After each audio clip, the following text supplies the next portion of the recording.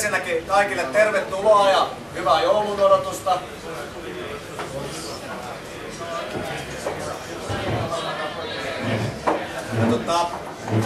Kysyttiinkin vähän Puff Liven historiaa tuossa ja aloitettiin ravintola Brewerissa, mistä sitten viime Puff Liveen siirryttiin Sir Reinon tiloihin. Me ollaan oltu tyytyväisiä, toivottavasti tekin tuutte olemaan tämän päivän jälkeen tyytyväisiä sekä pizzauksiin että sitten yhteiseen keskusteluun ja verkostoitumiseen, mitkä Puff Liven tärkeimmät ideat on. Tullaan jatkossakin pitämään tämä tapahtuma hyvin vapaamuotoisena. Keväällä tullaan järjestää luultavasti Puffin nimissä 3 tapahtumaa, mistä helmikuussa tulee olemaan pieni spesiaali. Maaliskuussa perinteinen Puff Live ja touko-huhtikuu sitten viimeinen Puff Live ennen kesää. Kaikki saatte kutsuja.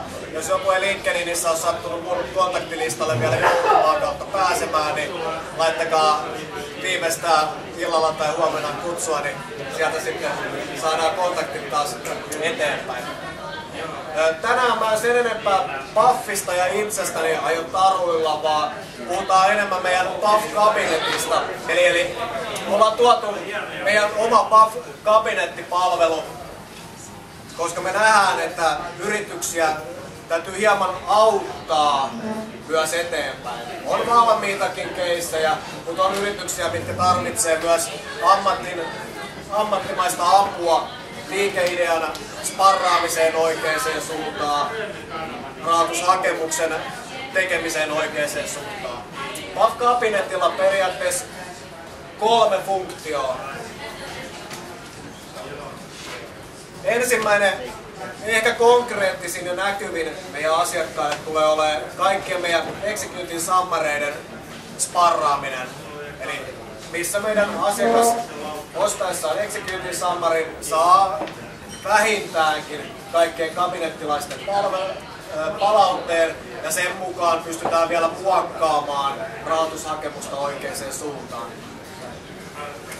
Toisena tärkeänä osana kabinettiin on heidän osaamisensa helppo lähestyttävyys. Eli kabinettilaiset on helposti lähestyttävissä ja meidän asiakkaat löytää jokaisen yrityksen haastavaan osa-alueeseen myös sen oikean tekijän, jos sitä ei satu siitä omasta talosta jo löytymään. Kolmantena tärkeänä asiana Puffin kannalta taas saada lisää kokemusta mukaan tiimiin ja sitä kautta rakentaa Puffin toimintaa eteenpäin. Mekään ei kuvitella tietävämme kaikkea ja sen takia mielellään kuunnellaan myös kaikkia teitä.